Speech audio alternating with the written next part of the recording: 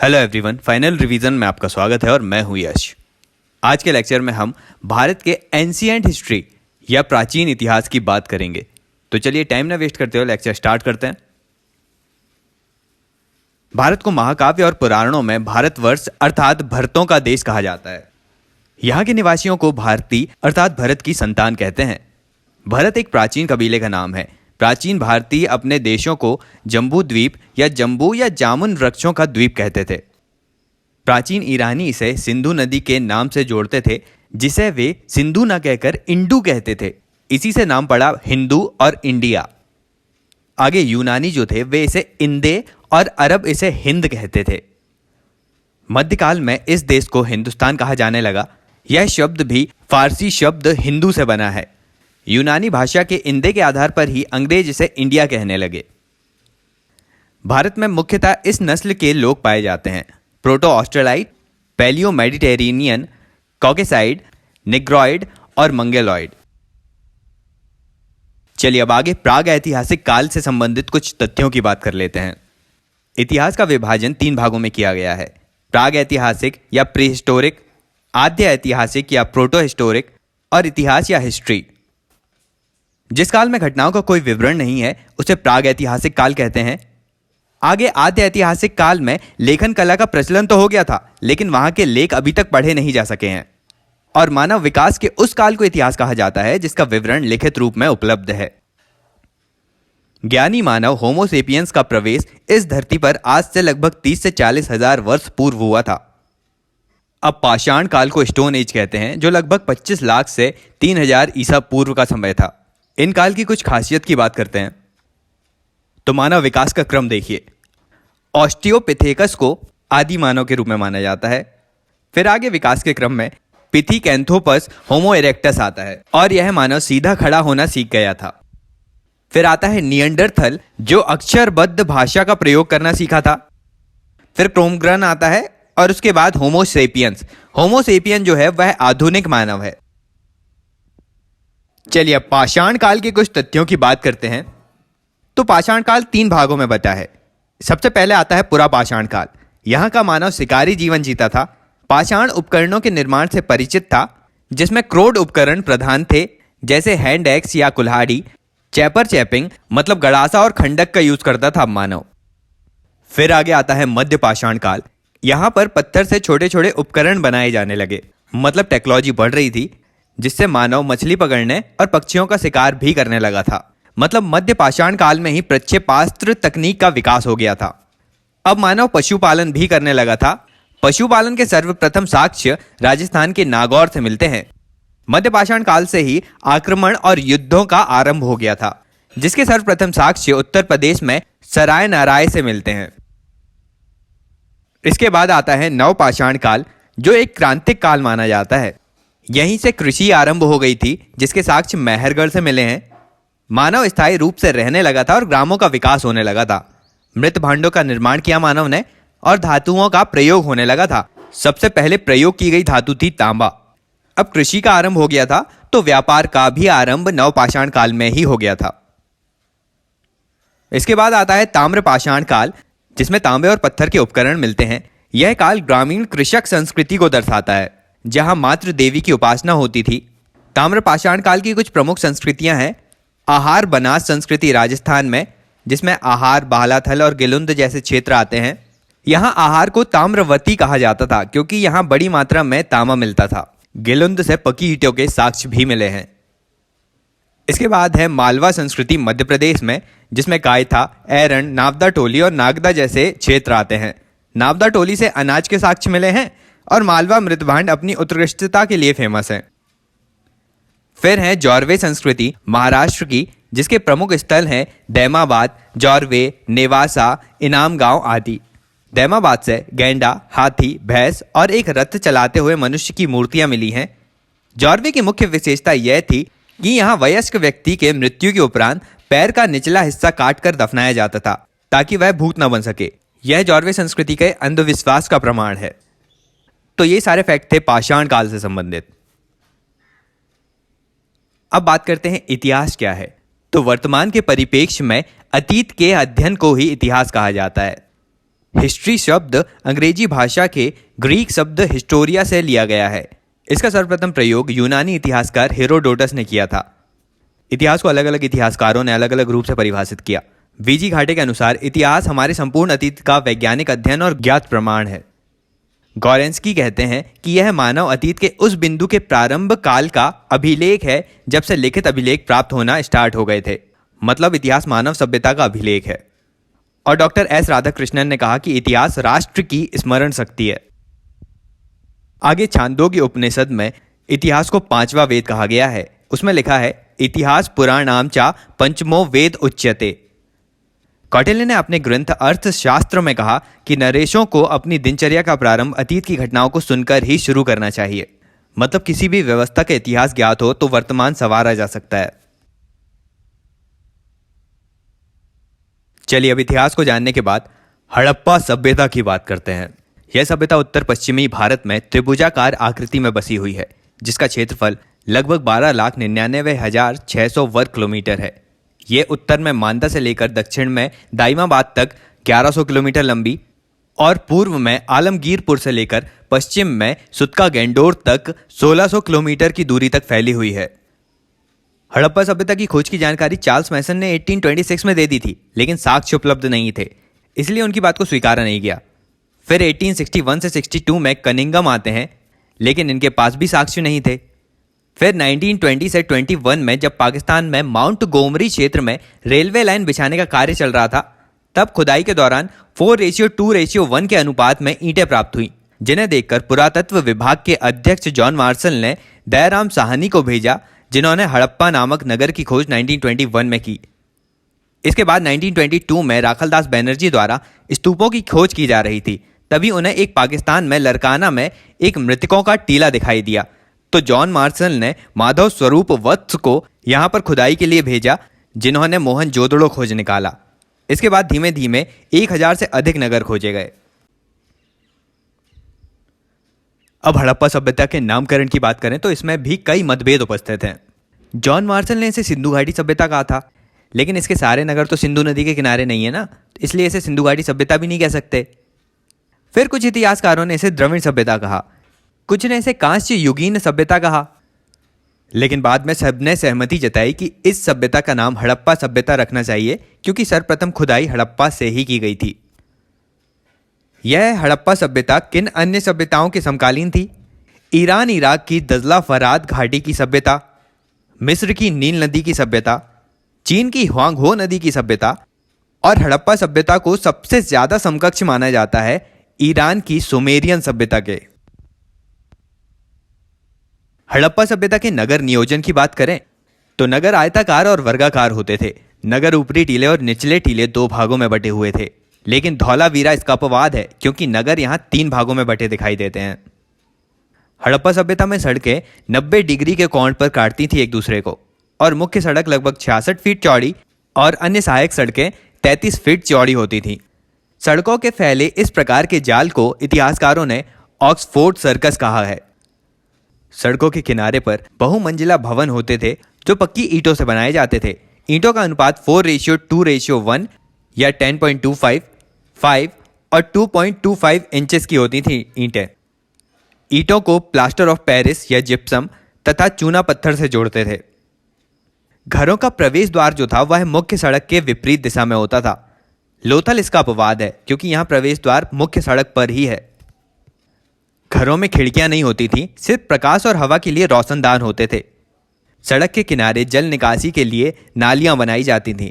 ये नालियां घरों की नालियों से जुड़ती थीं और आगे जाकर सभी बड़ी नालियां बाहर बहुत बड़े गड्ढे पर खुलती थीं। इन्हें पक्की ईंटों और पत्थरों से ढका जाता था। रात के समय सड़कों पर रोशनी के लिए बीच में एक खंभा बनाते होंगे और इन पर रोशनी के लिए दीपक जलाते थे। अब आगे हड़प्पा सभ्यता की सामाजिक व्यवस्था की बात करते हैं। अब विभिन्न साक्ष्यों के आधार पर वर्णन किया गया है कि समाज में पुरोहित, व्यापारी, कृषक, पशुपालक, मजदूर तथा योद्धा वर्ग आदि पाए जाते थे। हड़प्पा सभ्यता में हमें वन देवी, उर्वरता की देवी आदि की मूर्तियां प्राप्त हुई हैं, जिसके आधार पर कह सकते हैं कि इस काल में मात्र सत्तात्मक सत्ता थी। अब विभिन्न मकानों से प्राप्त साक्ष्यों में हम ये नहीं कह सकते कि यहाँ संयुक्त परिवार व्यवस्था थी या एकल परिवार व्यवस्था। अब चूंकि हड़प्पा सभ्यता नगरीय व्यवस्था मानी जाती है, तो नगरों में सामान्यतः एकल परिवार व्यवस्था देखने मिलती है। हड़प्पा सभ्यता के खान पान की बात करें तो यहाँ पर लोग शाकाहारी और मांसाहारी दोनों थे। शाकाहार में गेहूं, जौ, मटर, तरबूज, खरबूज आदि फसलों का प्रयोग होता था। चावल के पर्याप्त मात्रा में साक्ष्य उपलब्ध नहीं हुए हैं, लेकिन लोथल से चावल के दाने और रंगपुर से भूसी मिली है। मांसाहार में घड़ियाल, मगरमच्छ, बकरा, बकरी आदि का प्रयोग होता था, लेकिन अभी तक हमें गाय की कोई मृण मूर्ति प्राप्त नहीं हुई है, इसलिए माना जाता है कि यहाँ के लोग गाय से परिचित नहीं थे। लेकिन हड़प्पा से पीतल की इक्का गाड़ी जरूर प्राप्त हुई है। मनोरंजन की बात करें तो हड़प्पा में मनोरंजन के प्रमुख साधन थे शिकार, मल्ल युद्ध, पासे और नृत्य आदि। मृतक संस्करण की बात करते हैं। हड़प्पा सभ्यता में 5 प्रकार से मृतक संस्करण होता था, जिसमें पहला है पूर्ण समाधिकरण, जिसमें मृतक शव को जमीन में गाड़ते थे। दूसरा है आंशिक समाधिकरण, जिसमें शव को जंगल में छोड़ आते थे और शेष अवशेष को जमीन में गाड़ देते थे। तीसरा है दाह संस्करण। चौथा है R37 समाधिकरण, जिसके साक्ष्य हड़प्पा से मिलते हैं। इसमें शव के साथ कुत्ते के शव को दफनाया जाता है। पांचवा है युगल या युग्म समाधिकरण, जिसके साक्ष्य लोथल से मिले हैं। इसमें पुरुष के साथ महिला के शव को दफनाया जाता था। अब हड़प्पा सभ्यता में धार्मिक जीवन की यदि बात करें तो लोग मूर्ति पूजक थे। यहाँ लिंग और योनि की मूर्तियों के साक्ष्य और साथ ही वन देवी, उर्वरता की देवी आदि के साक्ष्य मिले हैं। मोहनजोदड़ो से प्राप्त एक शील पर 3 सींग वाला पुरुष बना हुआ है, जिसके बाईं ओर एक गैंडा और एक भैंसा है तथा दाईं ओर हाथी, व्याघ्र और हिरण के चित्र मिले हैं, अतः इसकी तुलना पशुपति नाथ से की गई है। इस काल में लोग जादू टोने पर भरोसा करते थे, क्योंकि यहाँ पर पीपल के वृक्ष के साक्ष्य मिले हैं, जहाँ से कुमकुम, स्वास्तिक चिन्ह और ताबीज पर बना सांप का चिन्ह आदि प्राप्त किया गया है। मतलब हड़प्पा सभ्यता में लोग जादू टोने पर विश्वास करते थे। हड़प्पा सभ्यता की वेशभूषा की बात करें तो यहाँ सूती और ऊनी दोनों प्रकार के वस्त्र उपयोग में लाए जाते थे। सूती कपड़े के साक्ष्य मोहनजोदड़ो से मिले हैं और वहीं हड़प्पा से ऊन कातने की सलाई प्राप्त हुई है। वस्त्रों में अधोवस्त्र, ऊपरी वस्त्र नीवी का प्रयोग किया जाता था। पुरुष मुख्य रूप से उष्णी का प्रयोग करते थे। महिला और पुरुष इस काल में आभूषण धारण करते थे। ये आभूषण सोने, चांदी आदि से बनते थे। मिट्टी के आभूषण के भी साक्ष्य मिले हैं जो निम्न वर्ग के लोग पहनते थे। पुरुष कानों में कुंडल, बाजूबंद, हाथ और पैर में कड़े का प्रयोग करते थे, तो वहीं महिलाएं कानों में कुंडल, बाली, नाक में नथनी, हाथों में बाजूबंद, कलाइयों में कड़े और चूड़ी तथा कमर में करधनी, पैरों में पाजेत और कड़े का प्रयोग करती थीं। साथ साथ यह भी ज्ञात हुआ है कि महिलाएं श्रृंगार प्रिय थीं, क्योंकि यहाँ से श्रृंगार दान भी प्राप्त हुआ है। अब आगे हड़प्पा सभ्यता के आर्थिक जीवन की बात करते हैं। तो यह एक नगरीय व्यवस्था थी, इसलिए हम कह सकते हैं कि यहाँ का मुख्य अर्थव्यवस्था का आधार व्यापार था, लेकिन साथ ही कृषि के भी साक्ष्य मिलते हैं। हड़प्पा सभ्यता में लोगों को लोहे की जानकारी नहीं थी, इसलिए कृषि योग्य औजार नहीं प्राप्त हुए यहाँ से। नदियों में जब बाढ़ का पानी नीचे उतर जाता था तो उस समय बीज बोने का कार्य किया जाता रहा होगा। ये मार्च अप्रैल में फसल काट लेते थे। इतिहासकार गार्डन चाइल्ड ने कहा था कि यहाँ चावल भी उत्पादित होता होगा, तो उनके मत के अनुसार तो यहाँ 2 फसलें उत्पादित होती थी, लेकिन सामान्यतः अधिक मत प्राप्त होते हैं कि यहाँ पर एक ही सीजन की फसल होती थी। प्रमुख फसलों में गेहूं, जौ, मटर, तरबूज और खरबूज आदि आते थे। पशुपालन की बात करें, कुबड़दार बैल या एक श्रृंगी बैल इनका पवित्र पशु था। फिर आगे भैंस, हाथी, कुत्ता, बिल्ली आदि का पालन भी किया करते थे। इस काल में लोग सामान्यतः घोड़े से परिचित नहीं थे, लेकिन घोड़े की मृण मूर्ति मिली है लोथल से और सुतका गेंडोर से मिली है घोड़े की अस्थियां। अब ये दोनों व्यापारिक केंद्र थे, तो हो सकता है बाहर से घोड़े आए हों। यहाँ के उद्योगों की यदि बात करें तो वस्त्र उद्योग में सूती वस्त्र के साक्ष्य मोहनजोदड़ो से और सलाई मिली है हड़प्पा से, ये पहले ही देख चुके हैं हम।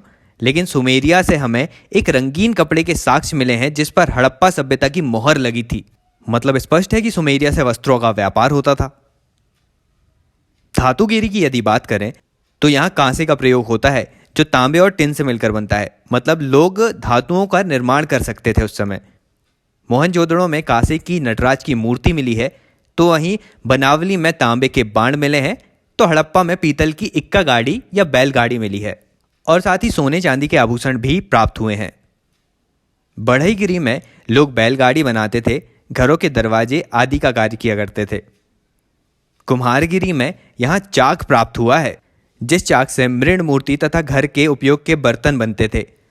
अब पकाई गई इट्टी की मोहरें बनावली से मिली हैं और घरों के लिए ईंटों आदि का निर्माण भी किया जाता था।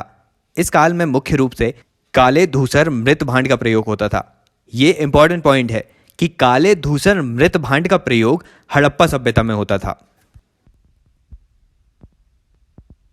अब हड़प्पा में व्यापार और व्यवसाय की यदि बात करें तो अंतर्राज्यीय तथा अंतर्राष्ट्रीय व्यापार दोनों होते थे।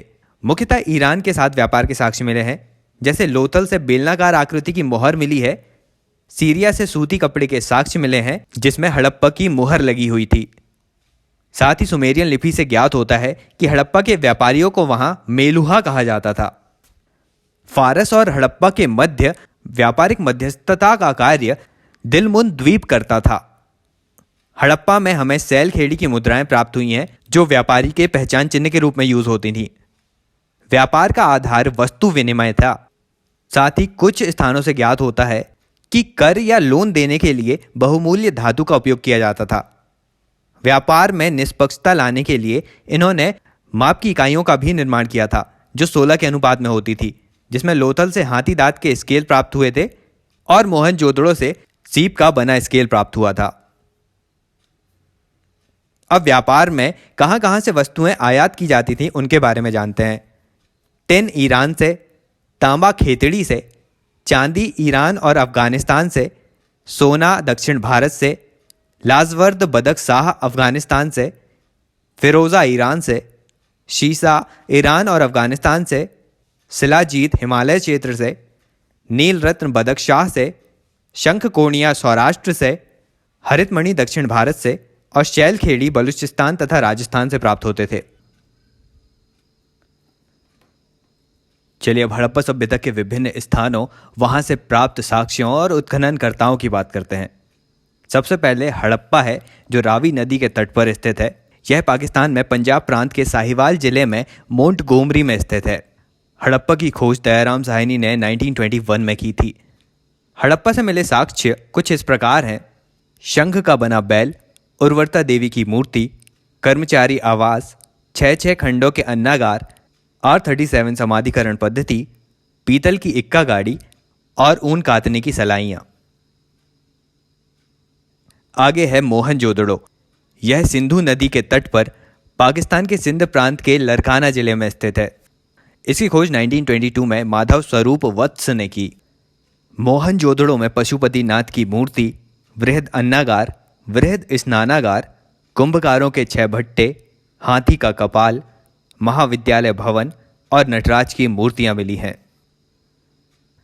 आगे आता है चहूतड़ो। यह भी सिंध नदी के तट पर पाकिस्तान में सिंध प्रांत के नवाब शाह जिले में स्थित है। इसकी खोज मैके तथा NG मजूमदार ने की थी।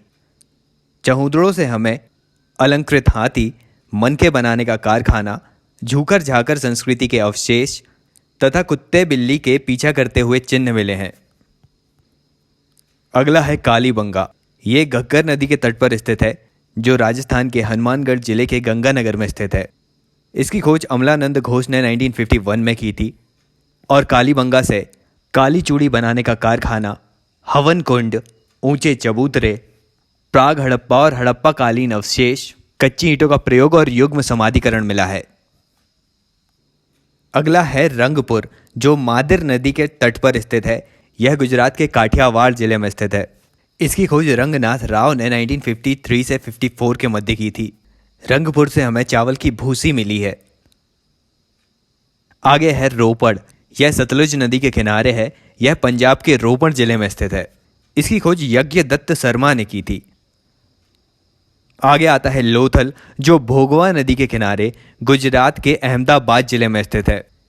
यह हड़प्पा सभ्यता का सबसे बड़ा बंदरगाह था। उस समय बंदरगाह को गोदी कहा जाता था।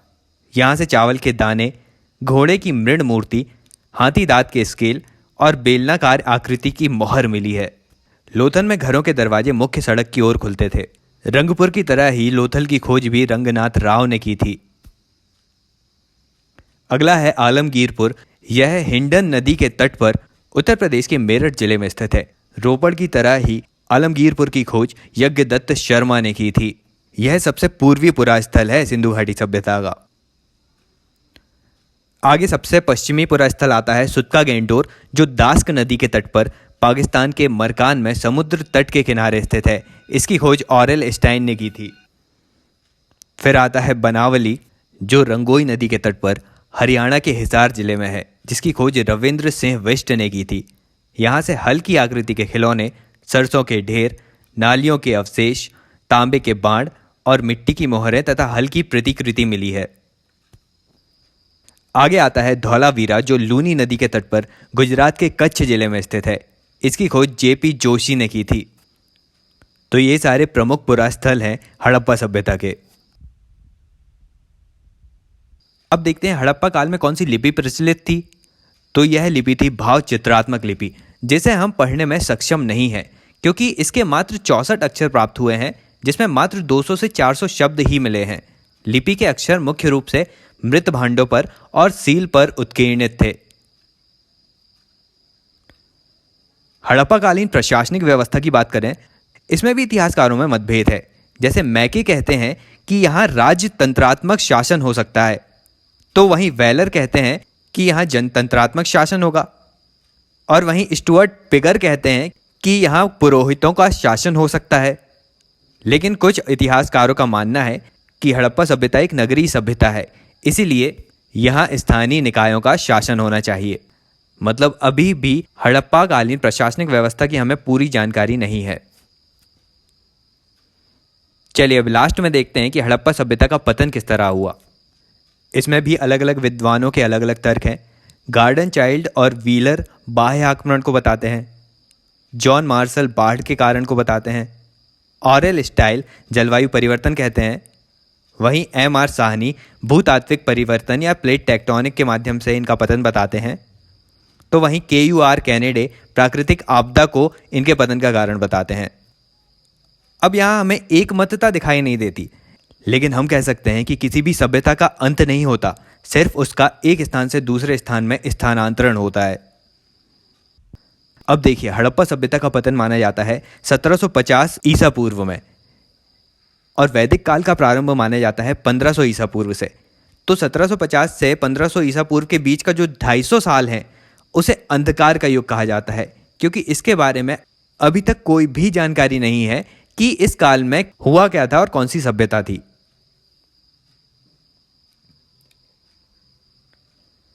चलिए तो अब वैदिक काल के बारे में डिटेल में बात करते हैं। वैदिक काल 1500 ईसा पूर्व से 600 ईसा पूर्व का माना जाता है। इसे दो भागों में बांटा जाता है। ऋग्वैदिक काल 1500 ईसा पूर्व से 1000 ईसा पूर्व और उत्तर वैदिक काल 1000 से 600 ईसा पूर्व। सबसे पहले बात करते हैं ऋग्वैदिक काल की, जिसे आर्यों की सभ्यता का काल कहा जाता है। ऋग्वैदिक काल में लोग कहाँ से आए थे, उनके बारे में अलग अलग विद्वानों के मत इस प्रकार हैं।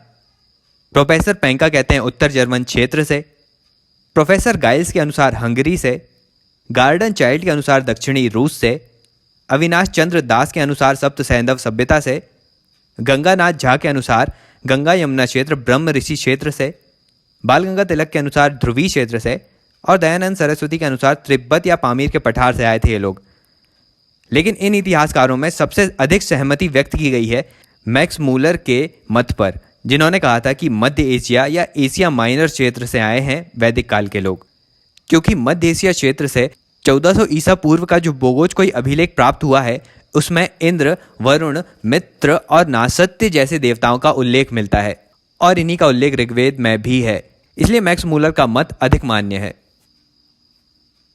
अब आर्य जब आए थे ना, तो इनका जीवन कबीलाई पद्धति पर आधारित था, लेकिन आगे इन्होंने कई राजनीतिक इकाइयों का निर्माण किया, जैसे कुल, ग्राम, विस, जन और राष्ट्र। इनमें क्रमशः इनके मुखियाओं को कहा जाता था कुलप, ग्रामीणी, विशपति, जनस्य गोपा और राजा या राजन। उत्तर वैदिक काल के राजनीतिक जीवन की यदि बात करें, इस समय राजा का पद वंशानुगत नहीं था। राजा धर्म, नैतिकता, संस्कृति, सभ्यता आदि के आधार पर प्रशासन करता था। राजा की सहायता के लिए सभा, समिति और विदत नामक संस्थाएं थीं। सभा विशिष्ट लोगों की संस्था थी, समिति विशेष कार्यों के लिए पुरुषों की संस्था थी और विदत सामान्य जनों की संस्था थी। सभा और समिति का महत्व दर्शाते हुए अथर्ववेद में कहा गया था कि ये प्रजापति की दुहिताएं या पुत्रियां हैं। राजा अपनी सहायता के लिए सेना का निर्माण करता था। ऋग्वेद के 7वें मंडल में दसराग युद्ध की जानकारी मिलती है, जिसमें 5 आर्य कबीले अनु, द्रहु, पुरु, तुर्वस और युद्ध, इन्होंने अपने मुखिया सुदास के साथ मिलकर 5 अनार्य कबीले अनिल, पक्त, भलानश, शिव और विशानिनी आदि के मुखिया होत्री से युद्ध किया था। दसराग युद्ध परुषणी या रावी नदी के तट पर हुआ था। युद्ध में आर्य कबीले या सुदास की जीत हुई थी। दसराग युद्ध इसलिए हुआ था क्योंकि आर्य कबीले ने विश्वामित्र को अपने पुरोहित के पद से हटा दिया था और गुरु वशिष्ठ को अपना नया गुरु बनाया था। इसीलिए गुरु वशिष्ठ ने अनार्य कबीलों के साथ मिलकर आक्रमण किया था। उत्तर वैदिक काल में राजा जनता से स्वैच्छिक कर प्राप्त करता था, जिसे बलि कहा गया। अब उत्तर वैदिक काल के सामाजिक जीवन की बात करें। इस समय समाज 4 वर्णों में बटा हुआ था, लेकिन कर्म के आधार पर, जन्म के आधार पर नहीं। ब्राह्मण, क्षत्रिय, वैश्य और शूद्र। ऋग्वेद के 10वें मंडल के पुरुष सूक्त में हमें इन 4 वर्णों का उल्लेख मिलता है। ऋग्वेद में कहा गया कि भगवान ब्रह्म के मुख से ब्राह्मण का, भुजा से क्षत्रियों का, जंघा से वैश्य का और पैर से शूद्रों का जन्म हुआ। लेकिन ये सभी वर्ण जन्म प्रधान नहीं थे, कर्म प्रधान थे। जो जैसा कर्म करता था उसे उस वर्ण का मानते थे। इसी के चलते ऋग्वेद में एक स्थान पर उल्लेख मिलता है कि एक व्यक्ति कह रहा है, मैं कवि हूं, मेरे पिता चिकित्सक हैं और मेरी माता दूसरों के घरों में पत्थर की चक्की से अनाज पीसती है, फिर भी रात में हम एक साथ खाना खाते हैं। मतलब कर्म प्रधान समाज था। ऋग्वेद काल में समाज पितृसत्तात्मक था, अर्थात घर में पिता की वंशावली चलती थी। घर का वयोवृद्ध व्यक्ति ही घर का मुखिया होता था। संयुक्त परिवार व्यवस्था थी और समृद्धता का मुख्य आधार वृद्धता ही मानी जाती थी। ऋग्वैदिक काल में महिलाओं की स्थिति अच्छी थी। उन्हें अपनयन संस्कार करने का अधिकार था, वेदों का अध्ययन करने का अधिकार था, यज्ञ करना, यज्ञों में शामिल होना आदि अधिकार थे। महिलाओं में विश्वारा, अपाला, घोषा, लोपमुद्रा और सिक्ता जैसी विदुषियों या विद्वान स्त्रियों की जानकारी मिलती है। इस काल में बाल विवाह, पर्दा प्रथा, दहेज प्रथा, सती प्रथा आदि जैसी कुरीतियां नहीं थी, लेकिन नियोग प्रथा को सम्मानजनक दृष्टि से देखा जाता था। साथ ही विधवा पुनर्विवाह को भी मान्यता प्राप्त थी। विधवा के पुनर्विवाह से उत्पन्न संतान को पुनर्भू कहते थे। ऋग्वैदिक काल के खान पान की बात करें तो यहाँ लोग शाकाहारी और मांसाहारी दोनों थे। शाकाहार में गेहूं, चावल, जौ आदि का उपयोग होता था। चावल के लिए ब्रीही शब्द का प्रयोग होता था। मिष्टान में शीर मतलब चावल से बनी खीर का प्रयोग होता था। मांसाहार में भेड़, बकरी, बकरा, मुर्गा, मुर्गी आदि का उपयोग करते थे। सामान्यतः गाय का मांस नहीं खाया जाता था। इस काल में गाय के लिए अघन्या शब्द का प्रयोग किया गया था, लेकिन मेहमान को सामान्यतः गाय का मांस खिलाते थे, जिसके कारण मेहमान के लिए गोहंता शब्द का प्रयोग होता था। आगे मनोरंजन के साधन में नृत्य, संगीत, पाशा, मल्ल युद्ध, द्रुत क्रीड़ा, शिकार और घोड़ों की दौड़ होती थी। मृतक संस्करण में सामान्यतः दाह संस्करण होता था।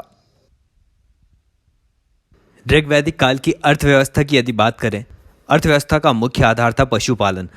पशुओं में गाय, बैल, भेड़, घोड़ा आदि आते थे। गाय यहाँ का पवित्र पशु माना जाता था और सबसे महत्वपूर्ण पशु था घोड़ा। कृषि कार्य भी किया करते थे लोग। कृषि योग्य भूमि को उर्वरा या क्षेत्र कहा जाता था। इस काल में गेहूं, चावल, जौ आदि फसलों का उत्पादन किया जाता था। व्यापार और वाणिज्य की बात करें तो ऋग्वैदिक काल में धातुगिरी उन्नत अवस्था में थी। इस काल में आभूषण, धातु के बर्तन आदि के साक्ष्य मिलते हैं। तांबे और कांसे के लिए अयश शब्द का प्रयोग किया जाता था। बढ़ईगिरी के अंतर्गत बैलगाड़ी, लकड़ी के दरवाजे और खिलौने आदि आते थे। कुम्हारगिरी में मिट्टी के बर्तन बनाए जाते थे। व्यापार मुख्य रूप से पणियों के माध्यम से होता था। पणी वस्तु विनिमय के माध्यम से व्यापार करते थे। लेकिन गाय तथा निष्क नामक 7 लड़ियों वाले सोने के हार ने मुद्रा का स्वरूप ले लिया था। गाय ने जब मुद्रा का स्वरूप धारण किया तो समाज में सर्वाधिक होने वाला अपराध था गायों की चोरी। जिसके पास सर्वाधिक गाय होती थी उसके लिए गौमत शब्द का प्रयोग किया जाता था। इस काल में जो व्यक्ति ऋण देने का कार्य करते थे उन्हें बैंक नोट कहा जाता था। ऋग्वैदिक काल के धार्मिक जीवन की यदि बात करें, यहाँ के लोग मूर्ति पूजक ना होकर प्रकृति पूजक थे। इनकी उपासना का मुख्य आधार मोक्ष प्राप्ति था, न कि इंद्रिय सुखों की प्राप्ति। देवताओं को 3 भागों में बांटा गया था। अंतरिक्ष के देवता थे इंद्र, रुद्र, मारुत और वायु। आकाश के देवता थे सूर्य, वरुण, पूषण, आदित्य और उषा। और पृथ्वी के देवता थे पृथ्वी, अग्नि और सरस्वती। अब इंद्र देवता के बारे में जाने तो ये ऋग्वेद के सबसे प्रमुख देवता थे। इंद्र को पुरंदर और वर्षा का देवता कहा जाता था। इंद्र पर ऋग्वेद में 250 सूक्त हैं। बात करें अग्नि देवता की तो ये दूसरे क्रम के देवता हैं। अग्निदेव मनुष्य और देवता के बीच मध्यस्थ का कार्य करते थे। ऋग्वेद का पहला मंडल का पहला सूक्त अग्नि को ही समर्पित है। फिर वरुण देव आते हैं, जिसमें ऋग्वेद के 30 सूक्त दिए गए हैं इनको। वरुण को ऋतस्य गोपाह कहा जाता है। इन्हें नियमों का देवता कहते हैं। रुद्र को संहारक कहा जाता है। अश्विन को चिकित्सा के देवता कहते हैं। पूषण को पशुओं के देवता कहा जाता था। अब प्राचीन काल में नदियों और उनके प्राचीन नामों की बात करें, सतलुज को शतुद्री, रावी को पारुषणी, चेनाब को अश्किनी, झेलम को वितस्ता, व्यास को विपासा, गोमती को गौमल, काबुल को कुभा, घग्गर को दृष्टवती या सरस्वती, गंडक को सदानीरा, स्वात को सुवस्तु और सिंध नदी को सिंधु कहा जाता था। ये सारी बातें हैं ऋग्वैदिक काल की।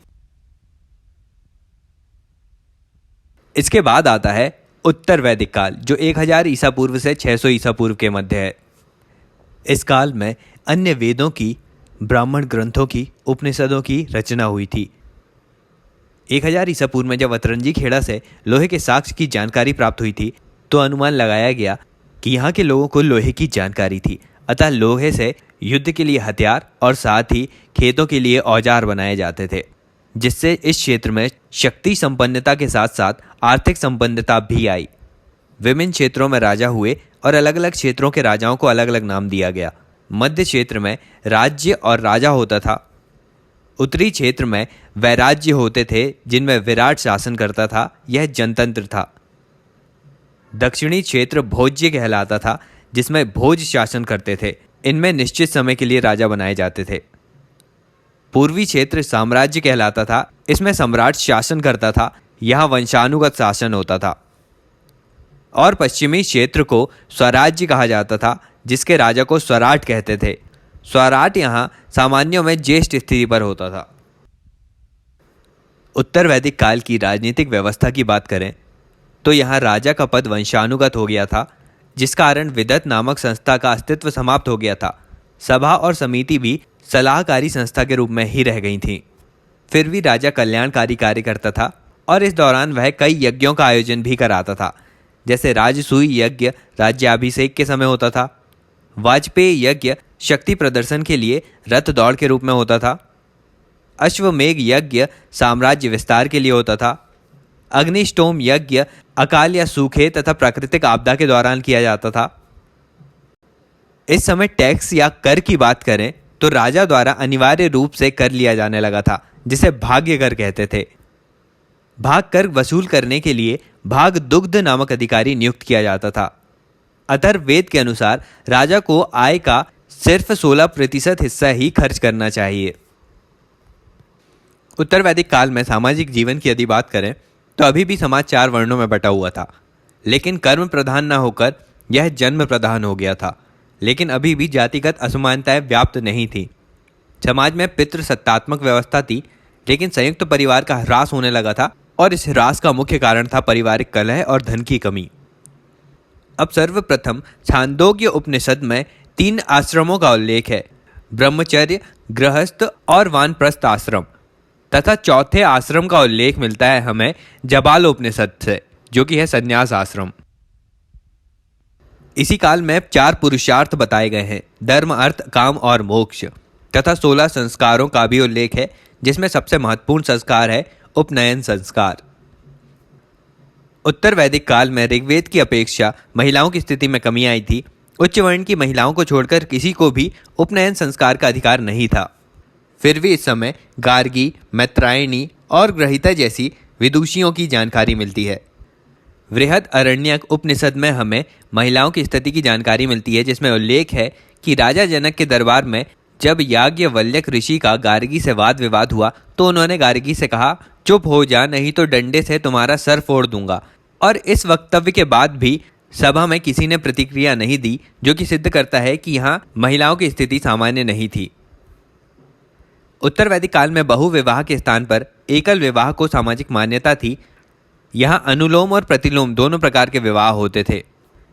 सगोत्री विवाह पर भी प्रतिबंध था तथा अंतरजातीय विवाह पर भी प्रतिबंध का प्रयास किया गया था। इस काल में 8 प्रकार के विवाहों का उल्लेख मिलता है। पहला, ब्रह्म विवाह, जिसमें पिता अपनी इच्छा से पुत्री का विवाह उपयुक्त व्यक्ति से करता है। दूसरा, देव विवाह, पिता अपनी पुत्री का विवाह उपयुक्त व्यक्ति से पुरोहित के माध्यम से करता है। तीसरा, आर्ष विवाह, पिता वर पक्ष की आर्थिक स्थिति को जानने के बाद उपहार स्वरूप में गाय और बैल प्राप्त करता है तथा पुत्री का विवाह करता है। चौथा, प्रजापत्य विवाह, पिता पुत्री द्वारा स्वेच्छा से किए गए विवाह को सहमति देता है। पांचवा, गंधर्व विवाह, लड़का लड़की स्वेच्छा से विवाह करते हैं। छठवां, राक्षस विवाह, जिसमें पुरुष स्त्री को जबरदस्ती उठाकर ले जाता है और विवाह करता है। सातवां, असुर विवाह, जिसमें पुरुष धन लेकर स्त्री से विवाह करता है। आठवां, पैशाच विवाह, जिसमें पुरुष स्त्री को धोखा देकर या छल करके उसकी जानकारी के बगैर उससे विवाह करता है। अब ऋग्वैदिक काल में प्रतीकात्मक सती प्रथा का प्रारंभ हो चुका था। ऋग्वैदिक काल के आर्थिक जीवन की बात करें तो अर्थव्यवस्था का मुख्य आधार था कृषि। शतपथ ब्राह्मण में हमें गेहूं, चावल, जौ, मूंग आदि फसलों की जानकारी मिलती है। वहीं काठक संहिता में 24 बैलों द्वारा हल को खींचे जाने की जानकारी मिलती है। तैत्रेय उपनिषद से अन्न को ब्रह्मा और यजुर्वेद में हल के लिए सीर शब्द का प्रयोग किया गया था। उत्तर वैदिक काल में व्यापार पणी लोगों के हाथों से निकलकर श्रेणी के हाथों में चला गया था तथा श्रेणियों के मुखिया को श्रेष्ठी कहा जाता था। व्यापार में निष्क ने मुद्रा का रूप ले लिया था, लेकिन गाय अभी भी व्यापार के लिए उपयोग में लाई जाती थी। वस्तुओं की लेन देन में वस्तु विनिमय का उपयोग भी होता था तथा नाप जोग के लिए सतनाम, निष्क, पाद और रत्तिका जैसी इकाइयों का प्रयोग होने लगा था। उत्तर वैदिक काल में धर्म की यदि बात करें तो यहाँ पर लोग इंद्रिय सुख की जगह आत्मीय सुख की कामना करने लगे थे, जिस कारण देवताओं का स्थान ईश्वर ने ले लिया था। अतः सर्वप्रमुख देवता प्रजापति, विष्णु जी, रुद्र आदि हो गए थे। पूषण अब शूद्रों के देवता कहलाते थे। अब आगे ब्राह्मण साहित्य की बात करते हैं। इसमें सबसे पहले है वेद। ब्राह्मण साहित्य का सबसे प्राचीन ग्रंथ ऋग्वेद है। वेदों में प्राचीन आर्यों के धार्मिक, सामाजिक, आर्थिक आदि से संबंधित जीवन का उल्लेख होता है। वेद शब्द विद धातु से निकलता है, जिसका अर्थ होता है ज्ञान। प्रारंभ में वेदों को एक पीढ़ी से दूसरी पीढ़ी तक सुनकर पहुंचाया जाता था, इसलिए इन्हें श्रुति ग्रंथ कहते थे तथा ऋचाओं के संग्रह के कारण इन्हें संहिता भी कहा गया। पहले वेदों की संख्या 3 थी, इसलिए इन्हें त्रैवेद कहते थे। उत्तर वैदिक काल में चौथा वेद अथर्ववेद आया, इसीलिए इसे नवीनतम वेद कहते हैं। ऋग्वेद की बात करें तो इसमें ऋग का अर्थ होता है ऋचाएं, अतः इसमें देवताओं की स्तुति से संबंधित मंत्र होते हैं, जिसमें 10 मंडल और 1028 सूक्त हैं। ऋग्वेद के दूसरे और 7वें मंडल सबसे प्राचीन है तथा 7वां मंडल सबसे बड़ा मंडल है। इसमें पहला और 10वां मंडल सबसे नवीनतम मंडल हैं। पहला, 8वां, 9वां और 10वां मंडल सबसे बाद में जोड़े गए थे, इसलिए इन्हें क्षेपक मंडल कहा जाता है। ऋग्वेद के पहले मंडल का पहला सूक्त अग्नि को समर्पित है। तीसरे मंडल में गायत्री मंत्र दिया गया है। 7वें मंडल में दशराग युद्ध का वर्णन है। 9वें मंडल में सोम देवता का उल्लेख है। 10वें मंडल में पुरुष सूक्त है और नासदी सूक्त में जीवन की उत्पत्ति शून्य से बताई गई है। ऋग्वेद के पुरोहित को होता कहा जाता था। इसके बाद आता है यजुर्वेद। इसमें यजु का अर्थ है यज्ञ, अतः यज्ञ संबंधी विधि विधान दिए गए हैं यजुर्वेद में। इसमें यज्ञ शुक्ल और कृष्ण पक्ष दोनों में होते हैं, इसलिए यजुर्वेद को शुक्ल यजुर्वेद और कृष्ण यजुर्वेद 2 भागों में बांटा है। यजुर्वेद को गद्य तथा पद्य दोनों रूपों में लिखा गया है। यजुर्वेद के पुरोहित को अधर्व्यू कहा जाता है। इसके बाद आता है सामवेद, जिसका अर्थ होता है गान करना। सामवेद में गाई जा सकने वाली ऋचाओं का संकलन है। इसमें यज्ञों के समय गाए जाने वाले मंत्रों का संकलन है। सामवेद का उपवेद है गंधर्व उपवेद। सामवेद में मंत्रों को गाने वाले को उद्गाता कहा जाता है। इसमें 75 मंत्रों को छोड़कर संपूर्ण मंत्र ऋग्वेद से लिए गए हैं। टोटल इसमें 1859 मंत्र हैं। अगला आता है अथर्ववेद। इसकी रचना अथर्वा ऋषि द्वारा की गई थी। कुछ स्थानों पर उल्लेख है कि इसकी रचना ब्रह्मा ने की थी, इसलिए इसे ब्रह्मवेद भी कहते हैं। इसके पुरोहित भी ब्रह्मा को ही माना जाता है। अथर्ववेद में पृथ्वी की उत्पत्ति, जादू टोना, चिकित्सा, जड़ी बूटी आदि से संबंधित जानकारी दी है। इनके बाद आते हैं ब्राह्मण साहित्य। ब्रह्म का अर्थ होता है यज्ञ, अतः यज्ञों के विषयों को प्रतिपादित करने वाले ग्रंथ ब्राह्मण कहलाते हैं। ऐत्रेय ब्राह्मण में राज्याभिषेक के नियम दिए हैं। इसके बाद अरण्यक आते हैं, जो ब्राह्मण ग्रंथ का अंतिम भाग है। इसमें रहस्यात्मक विषयों का वर्णन है। यहाँ यज्ञवाद के स्थान पर चिंतनशील ज्ञान के पक्ष को अधिक महत्व दिया गया है। जंगल में पढ़े जाने के कारण इन्हें अरण्यक कहा गया। इसके बाद आते हैं उपनिषद। उप का मतलब है समीप और निषद का मतलब है बैठना, अर्थात गुरु के समीप बैठकर जिन ग्रंथों की रचना की गई उन्हें उपनिषद कहा गया। ये वैदिक साहित्य के अंतिम भाग हैं, इसलिए इन्हें वेदांत भी कहा जाता है। उपनिषदों की कुल संख्या 108 है। सबसे अधिक महत्वपूर्ण 12 उपनिषद हैं। मुंडकोपनिषद में सत्यमेव जयते दिया गया है। मांडुक्य उपनिषद सबसे छोटा उपनिषद है। कठोपनिषद में यम और नचिकेता की कहानी दी गई है। उपनिषद में वेदों की दार्शनिक व्याख्या की गई है। अब वेदांग में वेदों के 6 अंग बताए गए हैं। शिक्षा को वेदों की नाक, मतलब वैदिक स्वरों के शुद्ध उच्चारण के लिए शिक्षा का निर्माण हुआ। फिर कल्प को वेदों के हाथ कहा गया, जिसमें विधि और नियम का उल्लेख है। व्याकरण को वेदों का मुख कहा गया। इसमें नाम तथा धातु की रचना, उपसर्ग और प्रत्यय का प्रयोग, समास और संधि आदि के नियम बताए जाते हैं। निरुक्त वेदों के कान है, जिसमें शब्दों का अर्थ क्या होता है यह बताने वाला शास्त्र निरुक्त है। छंद को वेदों के पैर कहते हैं। वैदिक साहित्य में गायत्री, तिष्टुप आदि छंदों का प्रयोग होता है। आगे ज्योतिष को वेदों की आंख कहते हैं। इसमें ज्योतिष शास्त्र के विकास को बताया गया है। फिर सूत्र जो हैं वो वेद साहित्य को अक्षुण्ण बनाए रखने के लिए निर्मित हुए हैं। ऐसे सूत्र में विधि और नियमों का प्रतिपादन किया जाता है। इन्हें कल्प सूत्र कहते हैं। सूत्र के 3 भाग होते हैं, स्रोत सूत्र, ग्रह सूत्र और धर्म सूत्र। अब इसी में महाकाव्यों की बात करें तो 2 महाकाव्य आते हैं, रामायण और महाभारत। रामायण की रचना वाल्मीकि के द्वारा 500 ईसा पूर्व से 500 ईस्वी के मध्य की गई। इनमें प्रारंभ में 6000 श्लोक थे, बाद में 12000 और वर्तमान में 24000 श्लोक हैं। महाभारत को वेद व्यास ने 400 ईसा पूर्व से 400 ईसा के मध्य लिखा था। इसे 8800 श्लोक में जय संहिता, 24000 श्लोक में भारत और 10 लाख श्लोक के साथ महाभारत कहा गया। इसे शत सहस्त्र संहिता भी कहते हैं। महाभारत के भीष्म पर्व में गीता दी गई है। महाभारत का युद्ध 18 दिन चला था। इसमें पर्व भी 18 हैं। शरीर में इंद्रियां भी 18 ही होती हैं। महाभारत में शक, यवन, हूण आदि जातियों का भी उल्लेख मिलता है। बात करें पुराणों की तो इनकी संख्या भी 18 है। भारतीय ऐतिहासिक कथाओं में सबसे अच्छा क्रमबद्ध विवरण इन्हीं में मिलता है। इनके रचयिता लोमहर्ष और उनके पुत्र उग्रश्रवा ऋषि हैं। पुराणों की भाषा शैली भविष्यात्मक रूप में लिखी गई है। तो ये सारी बातें थी उत्तर वैदिक काल से संबंधित।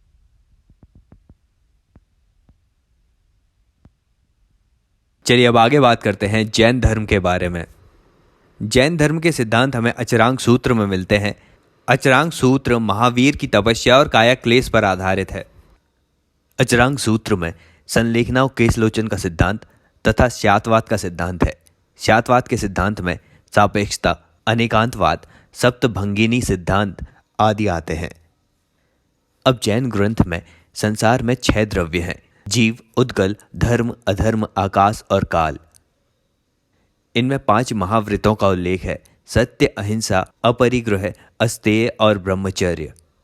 इनमें ज्ञान प्राप्ति का आधार प्रत्यक्ष, अनुमान, तीर्थंकर के वचन आदि होते हैं। आत्मा और कर्म का संबंध 4 तत्वों के माध्यम से बताया गया है, आश्रव, संबर, निर्जरा और बंधन। आश्रव का अर्थ है कर्म का जीव की ओर प्रवाह होना। संवर का अर्थ है कर्म का जीव की ओर प्रवाह रुक जाना। निर्जरा का अर्थ है अवशिष्ट कर्मों का जल जाना। और बंधन का अर्थ है कर्म का जीवन के साथ संयुक्त हो जाना। जैन धर्म में अनेक प्रकार के ज्ञान को परिभाषित किया गया है। मति, श्रुति, अवधि, मनःपर्याय और कैवल्य। मति मतलब इंद्रिय जनित ज्ञान, श्रुति मतलब श्रवण ज्ञान, अवधि मतलब दिव्य ज्ञान, मनःपर्याय मतलब अन्य व्यक्तियों के मन मस्तिष्क का ज्ञान, और कैवल्य मतलब पूर्ण ज्ञान होता है। अब जैन धर्म में दो संगतियां देखने मिलती हैं हमें। संगतियां मतलब इस धर्म की बैठकें।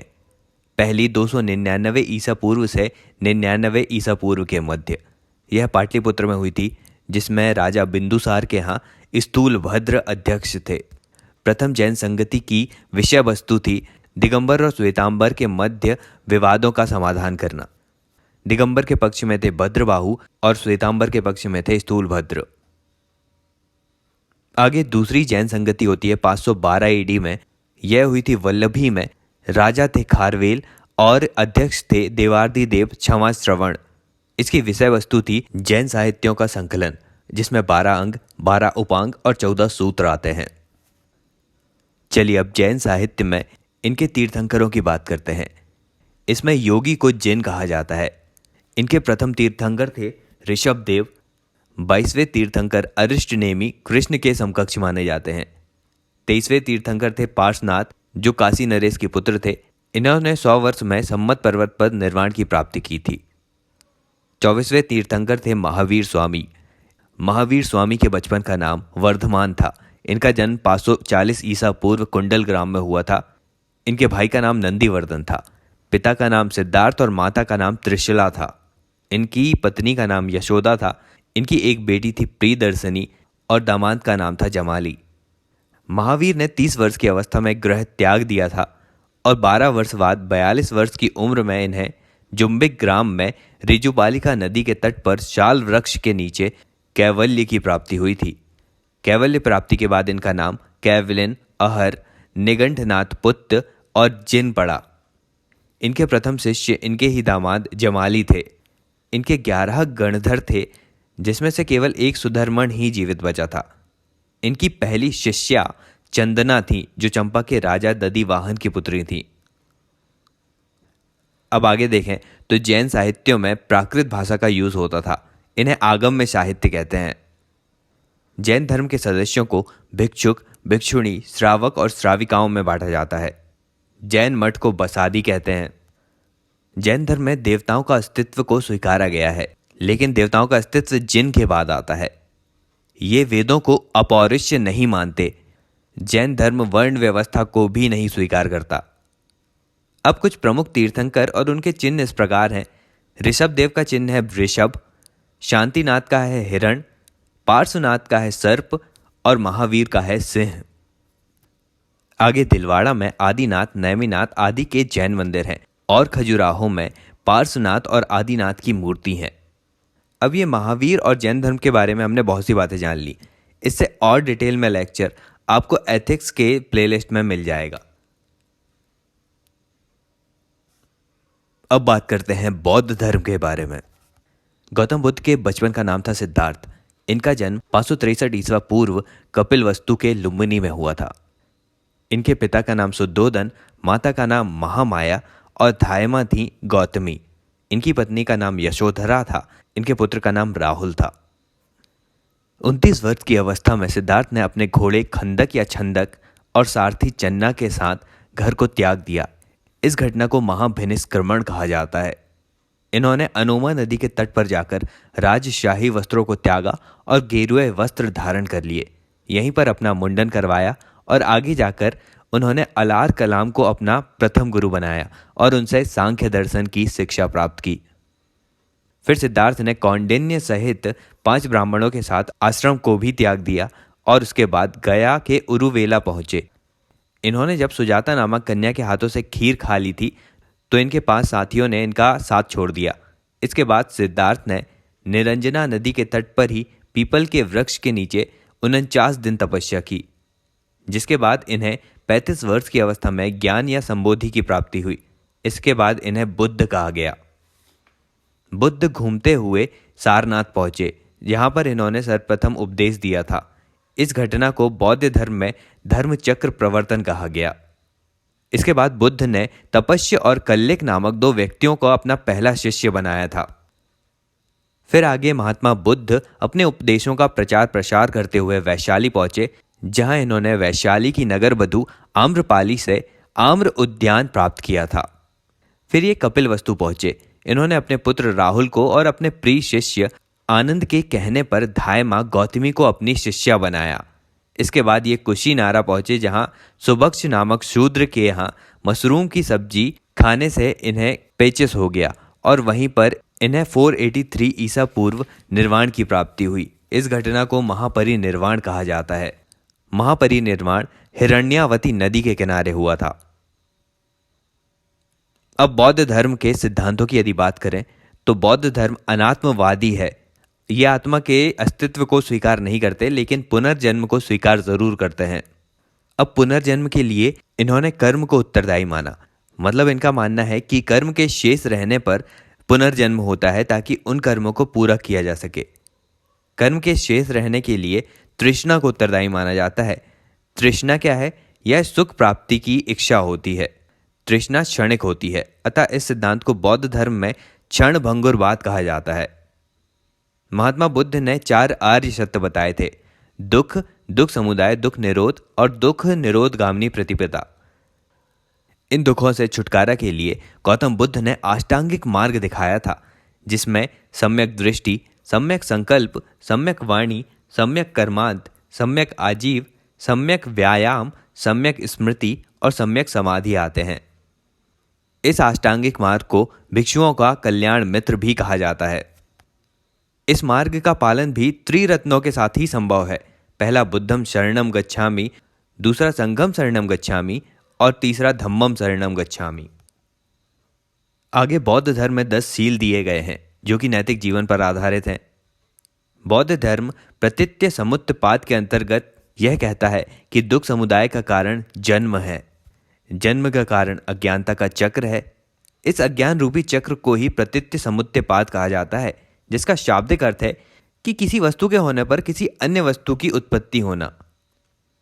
आगे बौद्ध धर्म अनीश्वरवादी है। इन्होंने वेदों को अपौरुष्य नहीं माना है। ये वर्ण व्यवस्था को भी स्वीकार नहीं करते हैं।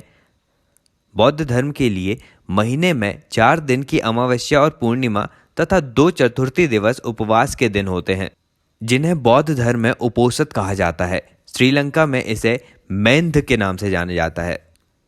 बौद्ध धर्म का सबसे पवित्र और महत्वपूर्ण त्योहार है वैशाख पूर्णिमा या बुद्ध पूर्णिमा। इस दिन बुद्ध का जन्म, इन्हें ज्ञान प्राप्ति और इनका परिनिर्वाण भी हुआ था। अब देखें कि महात्मा बुद्ध से जुड़े 8 स्थान कौन कौन से हैं। ये हैं लुम्बिनी, गया, सारनाथ, कुशीनारा, श्रावस्ती, श्रंकाश्य, राजगृह और वैशाली। ये 8 महास्थान कहलाते हैं। अब बौद्ध संघ की बात करें तो महात्मा बुद्ध ने अपनी व्यवस्था संचालन के लिए संघात्मक व्यवस्था प्रारंभ की थी। इसके कुछ नियम भी बनाए थे। ये संघ गणतंत्रात्मक व्यवस्था पर आधारित था।